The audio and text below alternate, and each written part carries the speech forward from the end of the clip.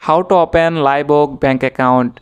Go to the official website of Live Oak Bank using a web browser on your computer or mobile device.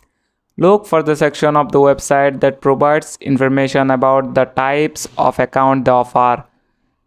Select the type of account you wish to open, such as a saving accounts, checking accounts, or CD. Look for a button or link that says something like open an account or sign up.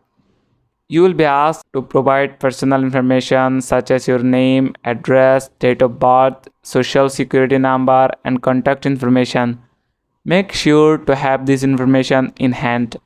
After submitting your application, you may need to wait for Live Oak Bank to review and approve it.